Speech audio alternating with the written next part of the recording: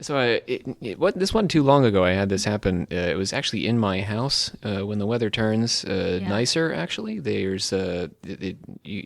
had this lizard on my, my curtains. Is a skink. Skink? A skink, yeah. They're like a sort of a dark, like a brown, black, and they have a blue tail. Very common in our area. Oh. So the little guy or gal, I think it was a guy, I think the males have the blue tails. He climbed up my curtains. He was just hanging there. Sometimes they live they like hang out under my stove. I think they live in the shed. So I had to get a broom, and I had to knock him into like a bucket. Otherwise, you just want to knock him on the ground because those suckers can run. So I had to catch him in the bucket. Yeah. And I took him outdoors because that's where he lives. He does not belong on my curtains. Well, maybe he was happy there. On the curtains? Yeah. He should looked have asked panicked. to move in first, though. He looked panicked to What me. if he was seeking asylum? We should have articulated that when I got the just a broom out. skink. He's just a skink. He's just a skink. Don't skink shame him. No human speech. Anyway, what are we talking about today? Reptilians! Oh, good. Well, I already got that started. We're not talking about skinks. Oh. It sounded like you said skanks. We're maybe talking about them, though, because these reptilians, I'll tell you. Well, I'm back on board then. Are skanks? Skinks? Arguably, I would say that the Archons are... Skanky They're on a little bit of a horse streak. We don't slut shame here, though. No slut we shaming can on this we podcast. can slut shame the Archons. Do you have an intro, a or little should we bit. just do the pledge? Oh. I do have. Well, what the heck are you doing? Get down to it. Oh. Get skinky with it. Oh, my God. Ever since the Roswell UFO incident and balloon crash in 1947, Western civilization has become obsessed with the craze that is, to quote the History Channel's world-praised show Ancient Aliens, aliens. It is world praised. Well, not this world, but Yeah, some world. Another world out there. aliens. It's aliens.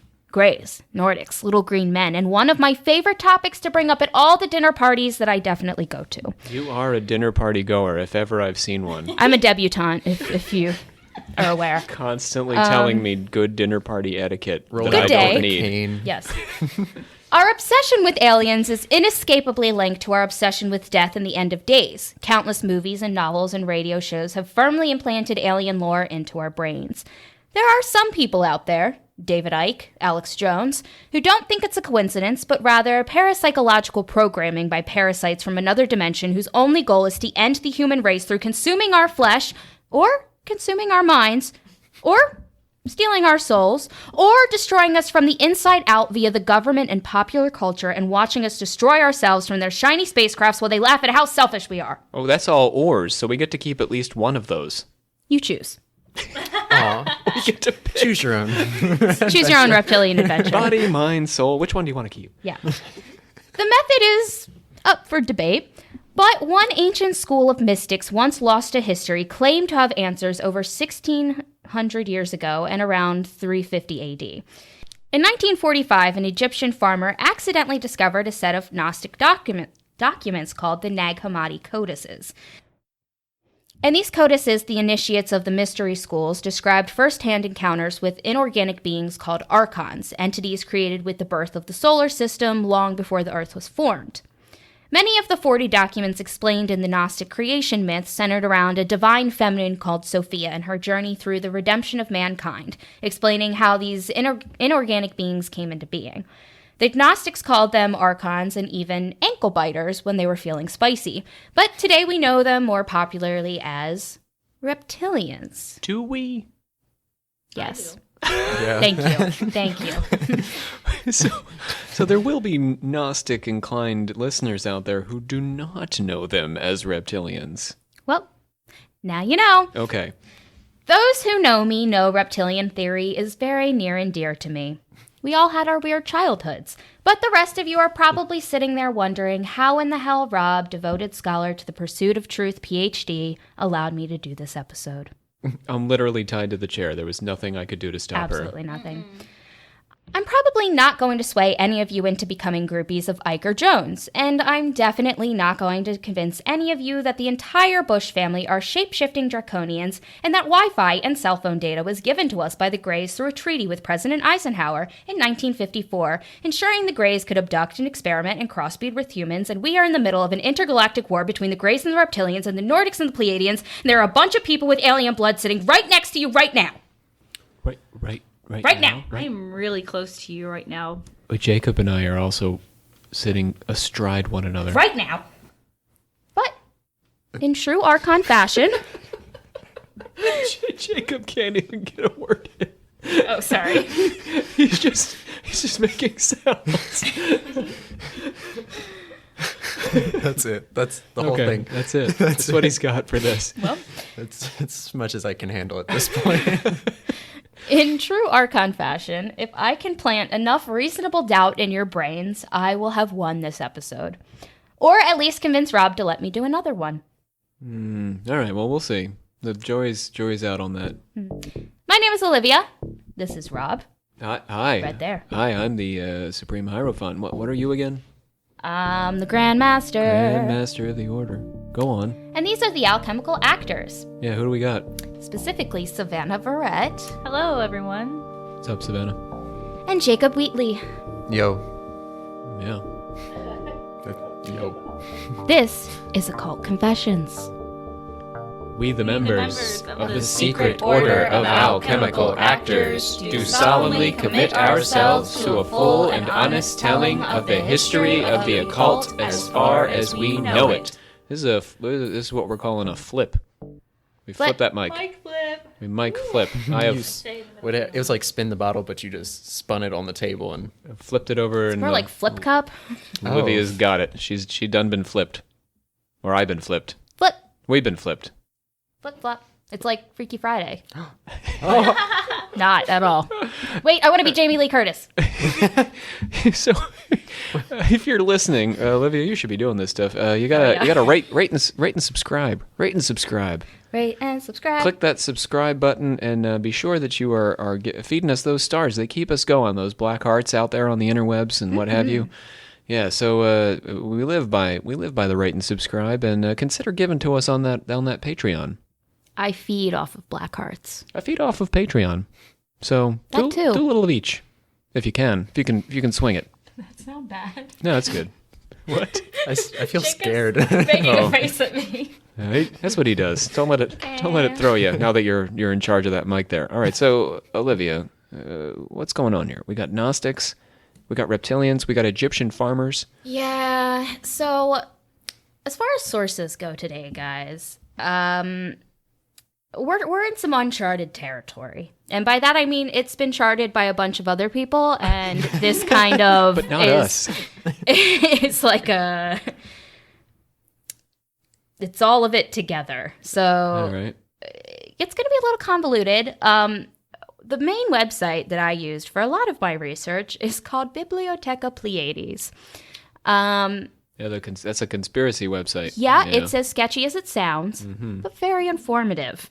And then I also used a lot of David Icke books for this. How many are we talking? What does your bookshelf look like? So I actually have a David Icke book, and I can't think of what it's called, but it's like a combination of every single one of his theories in a book, and it's like... I have that for the Hitchhiker's Guide to the Huge. Universe.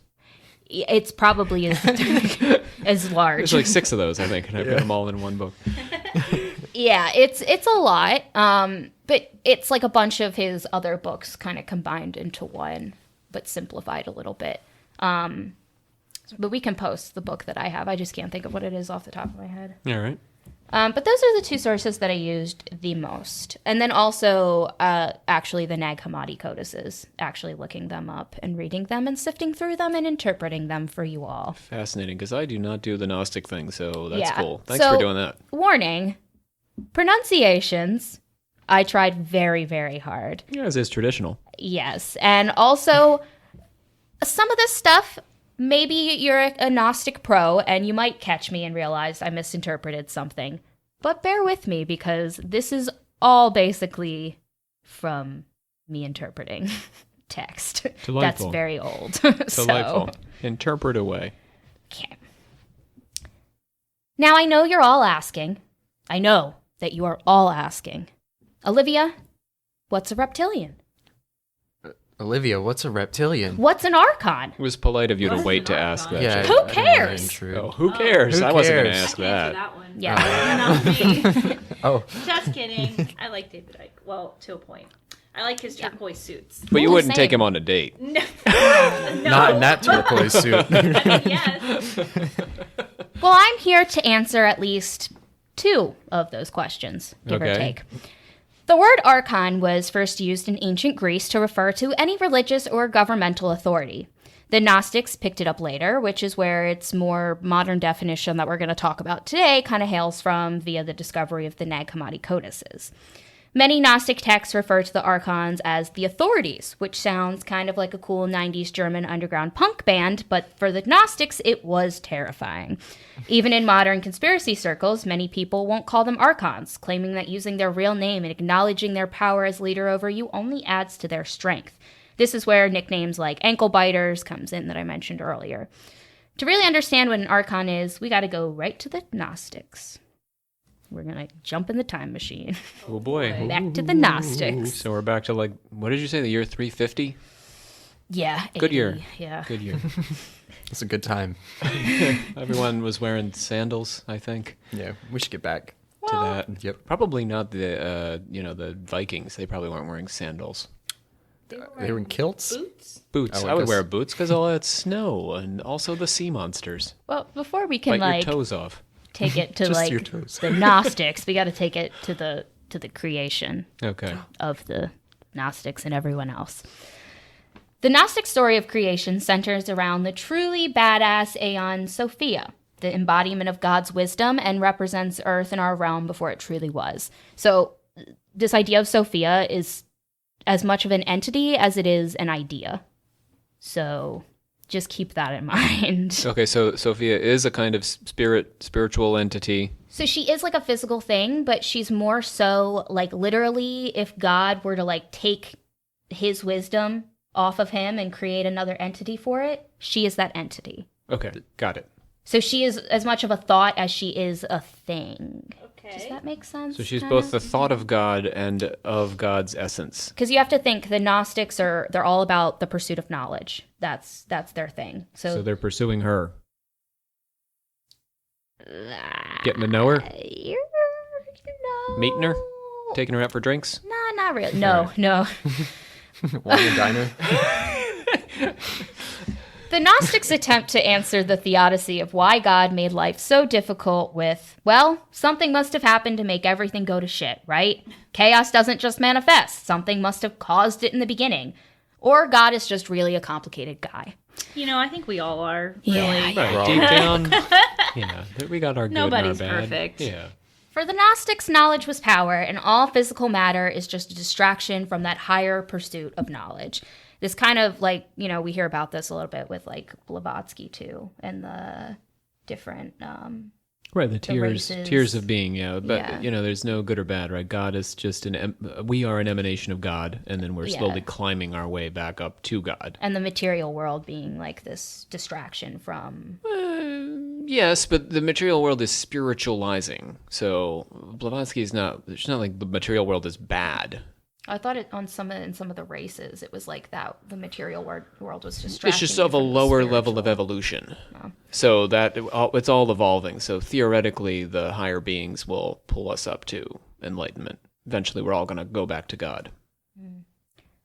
Essentially, Sophia was born from the likeness of Pistis, who basically functions like the Titans from Greek mythology, but way more hands-off. That's the best way that I can kind of put this idea of Pistis into your head, is like literally like the Titans. You remember in Hercules, like trapped under the ground? Like that's like she's like that kind of, but not really. The Eternal Not as Realm, angsty or what? more like literally more hands-off. Like Okay. the Titans became hands-off like when they had to be, like Right. when like Zeus was like, But she never No. made any attempt. But she you'll find as continue the story, like Pistis really like she she kind of pieces out. Like, she pieces in and out. Like, Pistis. Okay. she's very, like, hands-off. Like, she cares, but then she's like, you got to figure it out. But she doesn't say that. Fair enough. The eternal realm of truth is filled with this immeasurable light, is what they call it, that first created the immortal aeons, permitting no shadows to enter. But outside, looking in through the windows, was a shadow called darkness, waiting. Out from this darkness, chaos was born, producing offspring from its depths with a mind of its own. But the text makes sure to mention that the shadow was subsequent to the light that existed in the beginning. The darkness was born from the abyss, which comes directly from Pistis. Wrath and envy are born from the chaos, inflicting the earth and in turn creating matter. So, Savannah was confused. So it's this idea that, so the darkness and the shadow is just as equal to the light, in that the darkness was born from the same abyss that Pistis herself was born from. So the darkness is literally a part of her. Okay. It's the same kind of idea as, like, I think you have to have good and evil is where it kind of... balance? Yeah, they don't really say that, and that's not really their, like, MO, but that's kind of what I gathered from it, is, like, she continuously doesn't do anything about the darkness because it is part of her. Like, it comes from her. It's not all darkness, even though it is chaos and darkness. Okay, so there is evil, there is good, and they're both coming from the same place. They don't really say evil and good, though. It's more of light and darkness. Light and is dark. What they say. Okay, but we don't want to be dark. We want to be light. Well, the darkness is a thing. Yeah. It's a being. We want to avoid that. Yeah, because the darkness created chaos. So we want to tend toward the light. Go toward the light. Yes. Matter did not come out of chaos, but it was in chaos, existing as a part of it. When Pistis is inevitably face-to-face with the matter of chaos, a dark pool of boundless darkness and unfathomable depth, she becomes disturbed. The matter had no spirit to it, yet the disturbance comes after her, causing her to breathe in his face so hard that he went crawling back into the abyss. Weird flex, Pistis. So she literally, the darkness comes for her, and she blows back into his face and sends him back into the abyss. Oh. And then she does that and dips. She just leaves. But where does she go? We'll get into that, Okay. but she goes basically to her plane of heaven, for a lack of a better term, if that makes sense. We'll get into it. You know. Sophia essentially wishes a ruler god into being, rising out of the water, the pool of, like, watery darkness. Wait. Who's Sophia? Sophia is Pistis? Sophia The is thought of God. the god's wisdom figure. Okay, so but Pistis is a different character? Yes. Okay. If, like, Pistis is a Titan, Sophia's, like, Athena or something. I was supposed to say, like, the Does that gods. make sense? Okay, yeah.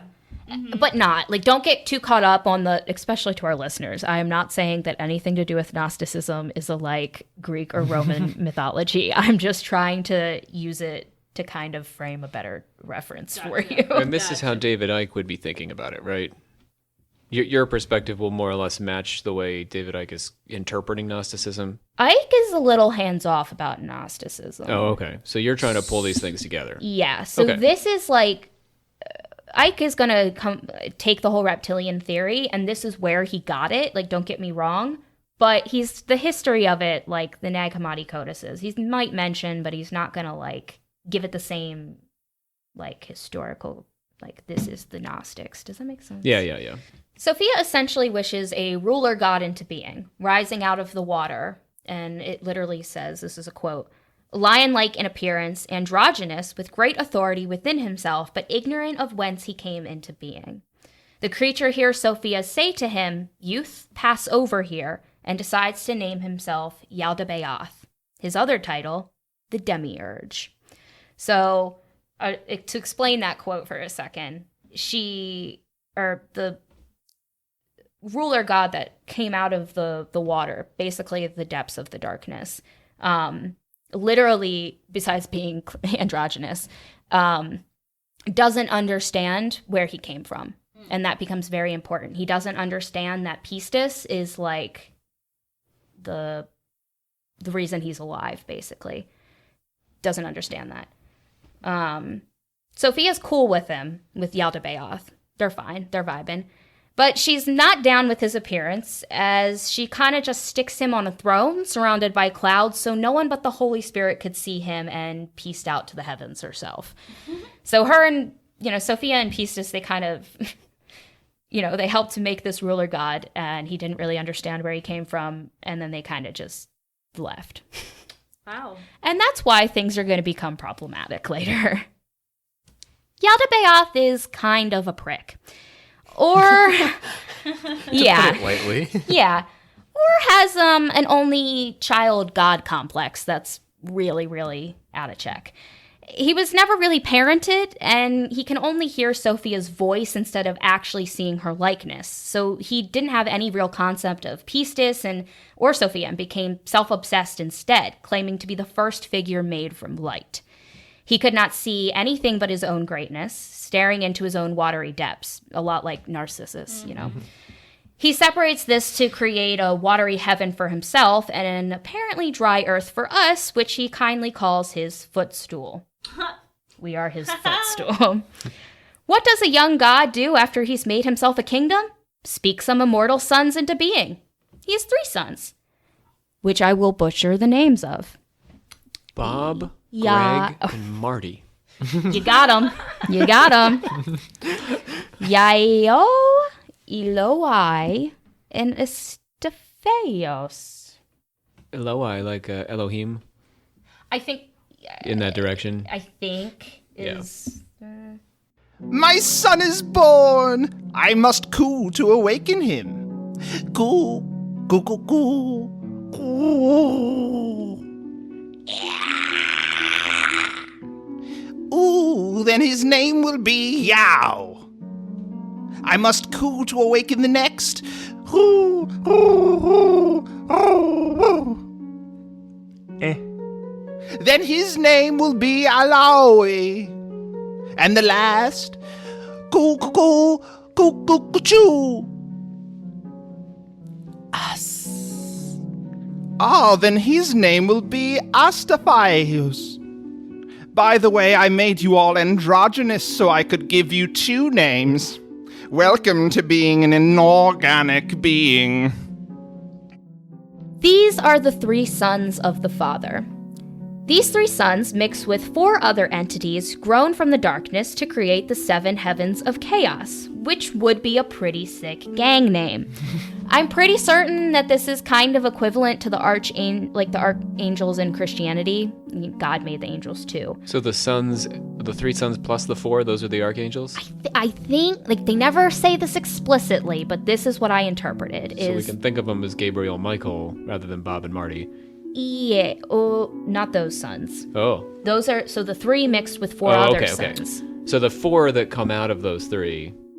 So there's the 3 sons, and then there's 4 other sons that come out of the darkness. Those 3 sons and those 4 sons bang it out, and then they create these other... And that's the archangels. Yes. Okay. They never call them that. I'm just comparing them to the archangels. Okay, so the 3 and the 4 are like the higher elements of light and darkness battling it out? Don't get too caught up on these people yet, because we're not even... Okay, so but the darkness spun off 4, and the God spun off 3, right? No, the 3 sons are the 3 sons. Yeah, but the 4 came out of the darkness. Yeah, the same place. So there's 4 and 3 on opposite teams. Why they split it up like that, I have no idea. All right. If that's what you're getting at, I don't know why they say, here are the 3 sons, and then here are 4 other entities. I'm not sure if, the entities aren't, the same... Maybe they're more, they're less human, is maybe the... Because, So they're all coming out of the darkness. Yeah. Okay. And everything is, a hermaphrodite, so... Well, that's easy. Yeah. All right. But anyway, But this is where we see the idea of 7 gods and 7 days of the week in Norse and Roman mythology as well. Is this 7 is coming up again a lot. Neat. Each son/daughter/androgynous being got its own realm, which Yaldabaoth tricked out... Tricked out? Tricked out the crib? That's sick, yo. Tricked out his ride? Each son/daughter/androgynous being got its own realm, which Yaldabaoth tricked out MTV Welcome to My Crib style with countless myriads and everything you could want in your heavenly kingdom, all the way up to the 6th realm, Sophia's territory. Basically, Yaldabaoth destroys everything below the 6th heavens, and Sophia sees he's coming for her mansion and is like, oh hell no.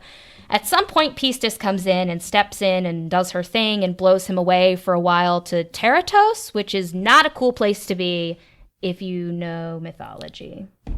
I'm pretty sure that's where the labyrinth with... Tartarus. I'm pretty sure that's that whole scenario. Oh, Yeah, the it Greek. is. So we're some Greek Yeah. mythology now. This is when Yaldabaoth's ego is going to really start to hurt him. He starts to go around peacocking, saying... I do not need anything. I am God, and there is no other God but me. Needless to say, the immortals did not like that, including Pistis. She calls him Samael, I think? Samael, yeah. Yeah. Or blind God, telling him that he is very wrong. An enlightened immortal human exists before you and will appear within your fashioned bodies.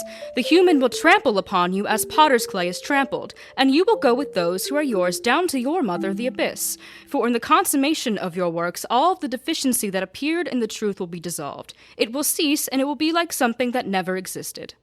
Slam dunk, man. Unfortunately, right after she said this, she sees herself in the reflection of the water and bounces right back up to the light. I think she literally, it says like she was startled. Like she sees her reflection and she just like pieced out again. It happens to the best of us. Yeah. It's That's how Jacob gets in the bath every day. Yeah. Just jump straight in. Looks in the mirror, jumps in the bath. Hides. one of Yaldabaoth's sons, Sabaoth, hears Pistis' voice. He worships her, unlike his father.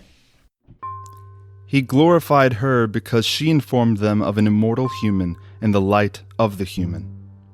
Then Pistis Sophia stretched forth her finger and poured upon him light from her light, for a condemnation of his father.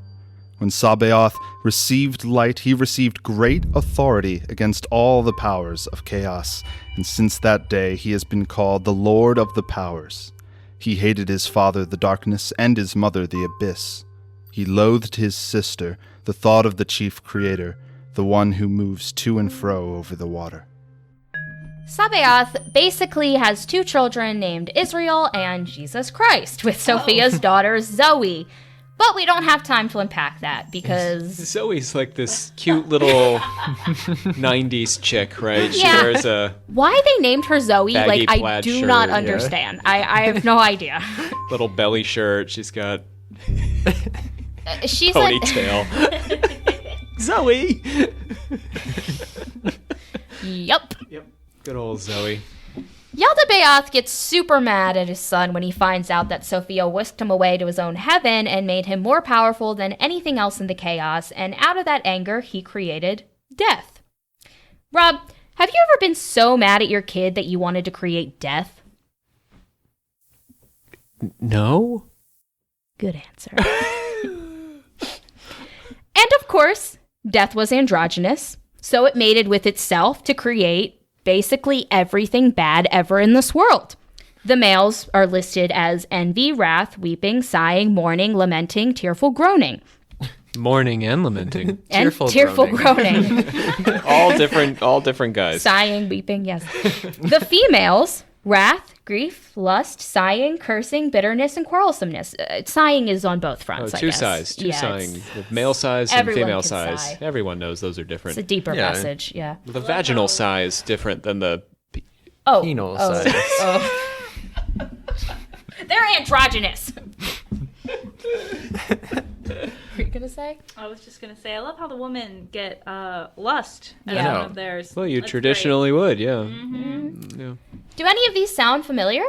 Any of these words? Sighing? Yeah. I sigh occasionally. I Jacob know- sighs a lot. I do. Great. Yes, I was about to Savannah say. knows Penal what I size. I know. I don't think It's- you do. Oh. I know the meaning of every single word that you just said to me. want. A lot of but- these sound like the 7 deadly sins. That's where you're going, yeah. Oh, Yeah. Oh wait, Some of them are directly Yeah. the sins, but then a lot of the others, and there's also 7, I believe, in each category. So again, 7 coming up, but That crying one's not one of them. There's 8 it's in the the 8. males. They just it's the extra. cousin. you got me. Tearful groaning makes it 8. Tearful groaning. Come Always on. throwing it off. Tearful groaning. Well, all of these children, all those children that I just named, those are all children. Yep. They all mated and had 7 kids each, making 49 androgynous demons, all found in the Book of Solomon. Yeah. I was gonna say, are you gonna name them? All Yes, 49. go. Right now. And Crowley would invite him to his house in Scotland. Yaldabaoth eventually, finally realizes Pistis' reflection in the waters and has an immediate FML moment when he realizes he's been talking mad shit this whole time. Skipping ahead a little to avoid confusion. Trust me, I'm avoiding confusion by skipping ahead. Skipping ahead to a little to avoid confusion, a figure named Adam of Light appears to Yaldabaoth, subsequently freaking him the hell out. Meanwhile, 2 figures named Psyche and Eros, these might be familiar names if you're into mythology, they bang and create a sprout from the ground that makes other people want to bang. They make life, but not human life. Now, I want to make it clear for a moment that when the text refers to the authorities, we can sub that word out for Archon and it's going to mean the same thing. Because I'm going to end up saying that a lot. Are these the authorities? These products of Eros and Psyche banging? Not Almost. Yet. Getting there. We're almost there. Getting there. We've Well, fallen a the far Archons distance. are already around. So the Archons okay. are technically all the sons Oh, way from back, way the- up at the top. from the beginning. Yeah. Well, that's where they stemmed from. The And 7. then- The 3 plus 4. Yeah. The 3 plus. We have to do 3 some plus math 4. here. It's really weird that they did. It's not the 7. It's the 3 plus 4. Before Adam of Light went back up to the light in true Pistis fashion, the authorities were all... Oh, this This dude dude, messed oh up my God, so many heavens. Oh my You have God. no idea. He undid all of our hard work. All of it. And All he of it. didn't do anything. Nothing. So that's what they said. Those guys. Yeah, that's exactly what the Nag Hammadi said. The Nag Hammadi. Who are the Archons? Those are what, the Archons are the authorities. Sweet. Found them. But Good job. Adam of Light, being, well, a figure of light, answered, Yes, but if you wish that he not be able to ruin our work, come, let's create a human being from the earth according to the image of our body and according to the likeness of this being, to serve us, so that whenever this being sees his likeness, he may become enamored of it. Then he will no longer ruin our work, but we shall make those who are born from the light our servants through all the time of this age. Hopefully you're starting to see where this is going. The authorities gained the knowledge to create people, but somewhere in the, I think, 8th heavens, Sabaoth's partner Zoe, also an aspect of Sophia, had other plans. Right, because she had to catch My So-Called Life, which was on later that night. Yeah, she did. She anticipated the Archon's plan, creating a human being first in order to teach mankind how to retaliate against them. Yes. Y'all make fun of Zoe, but she's about to do some stuff. Well, she's heard Nirvana, so Oh my god. she's not messing around with the Foo Fighters. Mm-hmm. She's going straight to the source. You keep going, Rob. How long can we draw that out? I can go on for a while. Sophia let a single drop of light fall from her heavens, floating on the water. From this drop of light, a human immediately appeared, androgynous. For 12 months, Sophia molded that first drop into the female body in the likeness of her mother. This is where the hermaphrodite came from, but also Eve, the instructor of life, is what they call her in the Gnostic text. The authorities called her offspring the Beast to keep people from the truth. Ooh, I've heard of that. I am part of my mother, and I am the mother. I am the wife. I am the virgin. I am pregnant. I am the midwife. I am the one who comforts during labor pains. My husband produced me, and I am his mother, and he is my father and my lord. He is my potency. What he desires, he speaks with reason. I am becoming, but I have borne a lordly man. Meanwhile, the cosmic rulers mold Adam by each of them casting their seed into the midst of the navel of the earth. The navel of the earth. The Earth navel. Earth belly button. Just marinate on that. Yaldabaoth didn't want Adam to have a soul and wanted to keep him as a lifeless vessel to control him better. So he left Adam alone for 40 days.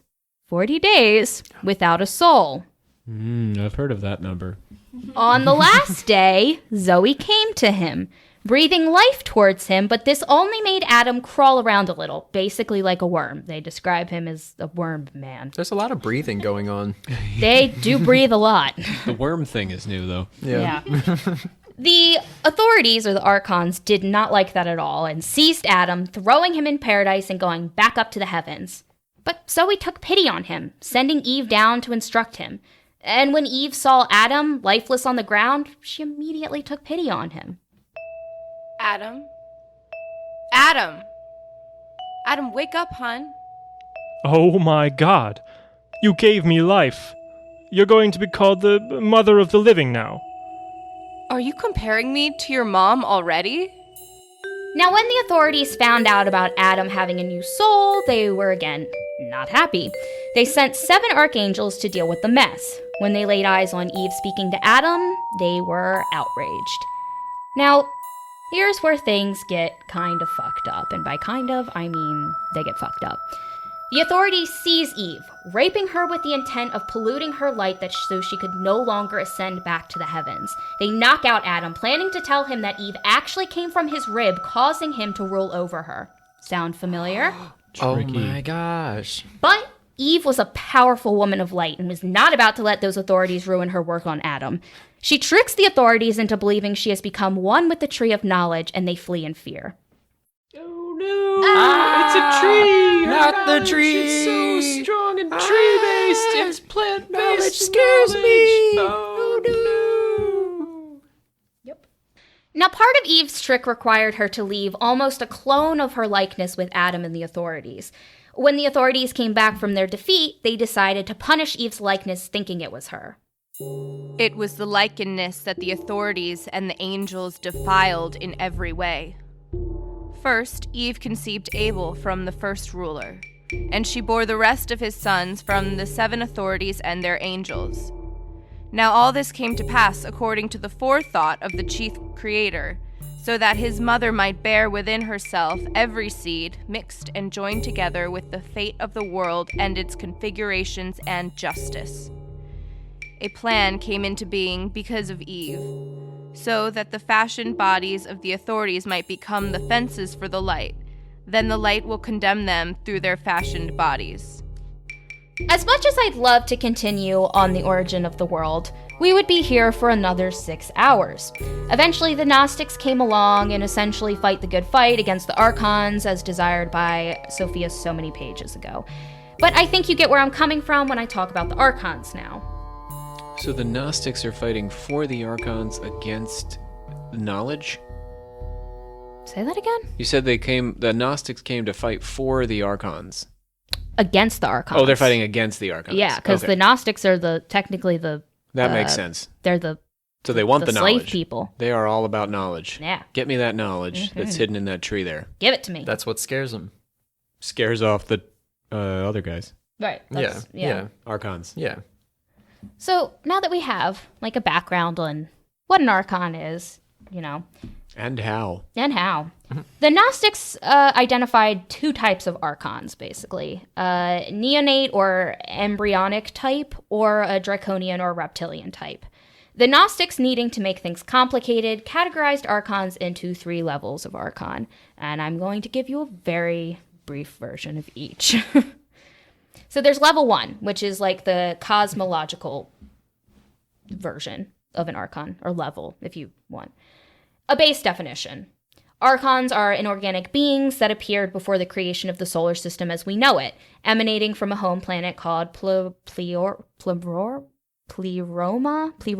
is, I think. That looks right. It's the realm of the cosmic gods. No, it's Pleroma. Yeah. Pleroma sounds like fun, though. Like you could skate Sounds there. like Futurama. Yeah, it does. Yeah, We like find there's a disco put on your going roller skates. Yeah, and they're discoing. It's before Zoe was born. Yeah. Yes. She wouldn't have been into it, but No, it's some disco stuff. These archons lack intentionality and hate us for possessing it ourselves, often causing them to intrude on our boundaries. So, to take it another step deeper, there's level 2, which is more of like the psychological archon. A more scientific view from the mystery schools, archons are an alien force that subliminally controls our mind and causes us to stray away from our own intentionality. Basically, psycho-spiritual parasites that feed into our bad tendencies in extreme and violent ways.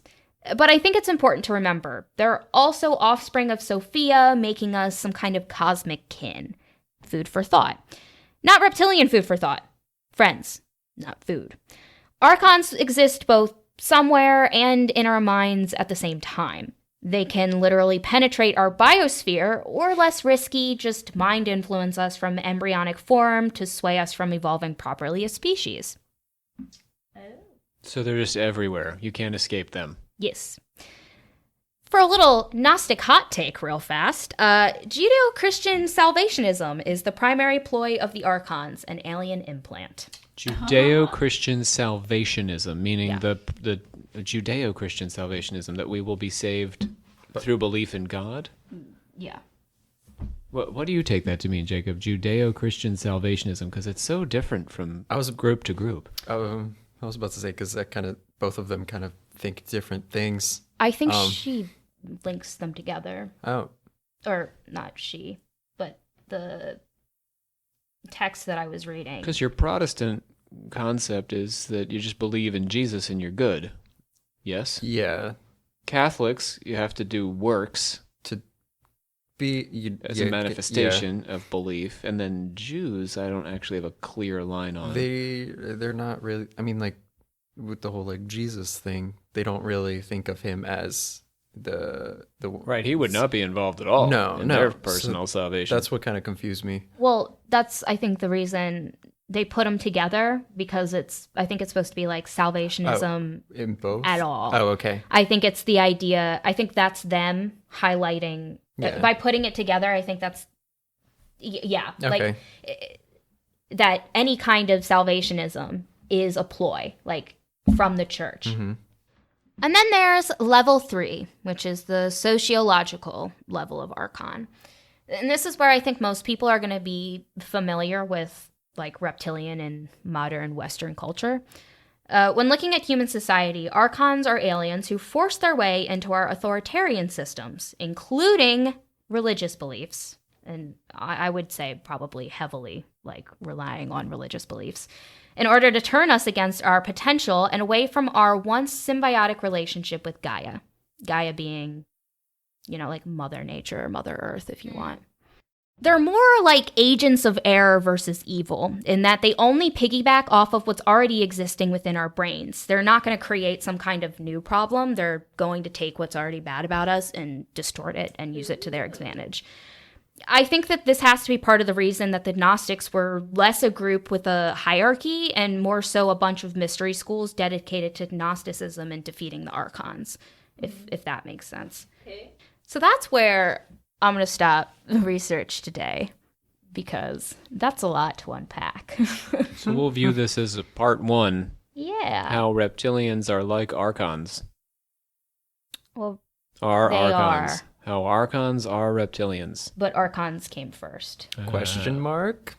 Well, so the Archon idea came first, but all along David Icke would be saying, these people you've been describing, these They're the same Archons, thing. are the reptilians. Yeah. Yeah. Oh.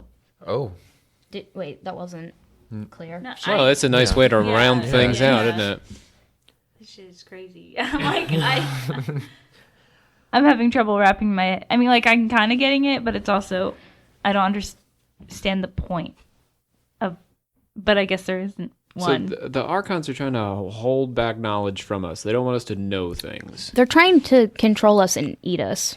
And this is the reptilians. Oh. But they're the same thing. Okay, Right. yeah, so it's like how the reptilians are kind of like the overlords or whatever, and they're controlling everything. The Archons they're the same thing. I think the most important part of the Gnostic creation story is the part where they talk about how they created or with Atom of Light, they took this idea of atom of light and they made Adam this, from the mud. They created this man that they were like, you are going to be the prototype for our enslaved people. And through having this enslaved people, which actually Atom of Light gave them the idea, which is also the ironic part.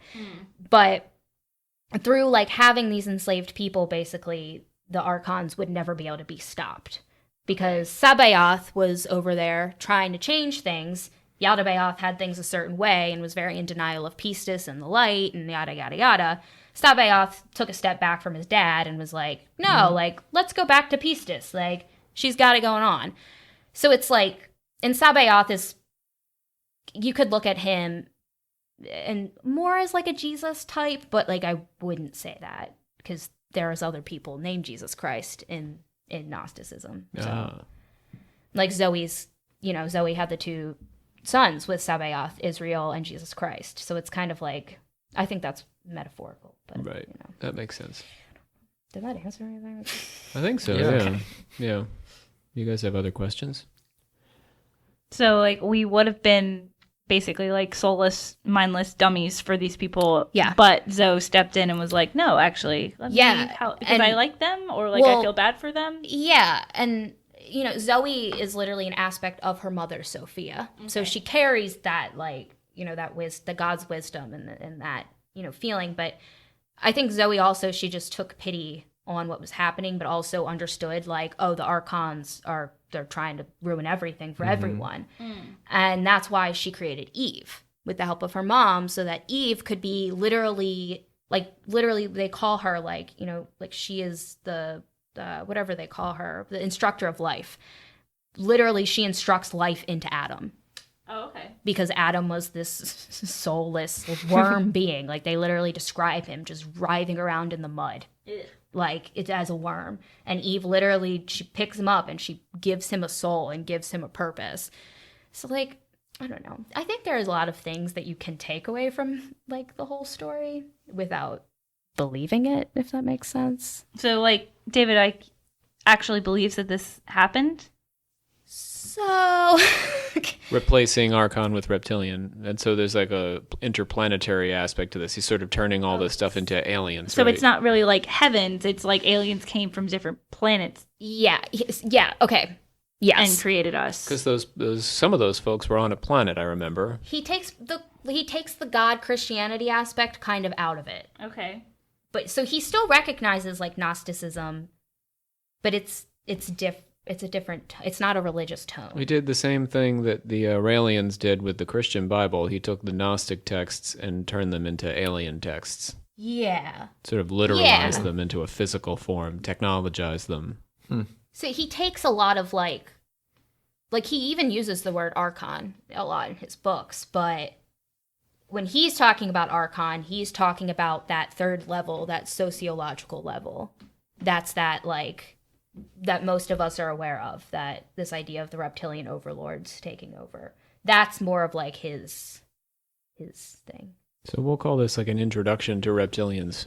Yep. And you're going to have to come back and give us more on reptilians at some point. Yeah, we're going to come back and get into Icke and how he took all this and came up with wearing turquoise for 50 years. Heck yeah. I think he just really liked the color and wanted an excuse to wear it all the time. It'd be nice. It'd be nice if I could just make my favorite color just like a magic thing, right? You should write thousands of pages about it. But I mean, we'll talk about it, but David Icke, he had a lot to lose. Like, he wasn't like a conspiracy guy on the internet who didn't have anything to lose. Like, he was a man that was a huge British figure that had everything to lose. So he must have believed in this enough. It's one of the bigger British people. They're not a large people as a rule. I was about to say. God damn it! It's a small place. He's popular. He occupied more of it than others. Oh my god. I hereby adjourn and declare close this meeting of the Secret Order of Alchemical Actors until such a time as we get together and do it again. Yeah. That's all I have to say about that. Olivia, who do we have joining us all around the table? We had some voices. Oh my god. Can you remember who did those? So who did the voices for your episode then? I still don't know their last names. Okay, just name. Dan Rosen. It's Dan Rosendale, yeah. Rosendale. Okay. Brooke Mayoral. Yeah, Brooke. Hunter. Hunter Sheeler. John Cook. James Kaplanges. Lucy Bond. Such a crew. Brianna Littoral. Very big crew today. I think that's all of them. Yeah, well, there was a lot of voices. Thanks to those folks. Excellent work, as usual, alchemical actors. Sitting around the table here, Olivia, who do we have? Savannah Verrett. Goodbye, everyone. Not James. Oh My my name god. is Jacob. Oh my god, Jacob Wheatley. Ouch. I'm so brain She's at the dead. end of her rope here. Right. She's falling It's apart. not the first time that's happened. And who am I? Rob C. Thompson, PhD. Very good. That's your name. That's my official guess. His Born contact with It's on the my birth phone. certificate, yeah. That's how my mother named me. She had very high expectations. Well done. Way to go. I didn't really have a choice. And who are you? I'm Olivia Littoral, your Grand Master. I want you to thank you all for a wonderful year of podcasting. This is the end of our 4th series on black magic. And we're going to be heading into our Blavatsky series when you come back with us. That would be season 5. So thank you all for listening to us. We do record at the beautiful Cadby Theater on Maryland's scenic Eastern Shore in Y Mills. So I did here at Chesapeake College. Do I say that? Sometimes I say that. I should say that. Here at Chesapeake The full College. address. No, One- all people. About to say, they can find Who the knows? full Yeah, address it's, of, like, they what can you find us. just That's said, true. Just so. Google it. Well, that's something we should all bear in mind. Kill us. They can We trust you, confessors, to Like- keep us from being murdered by anyone who might be inclined to. I didn't realize that address part was going to be is- included in the episode. We are defended by a cornfield. You will have to try very hard. Our defense is Yeah, but at the time, right, this is winter, so they can't find no, us. you're not going to be able to get to us. Yeah. Oh. Thanks for listening. We'll catch you next time for our Blavatsky series. Bye, guys.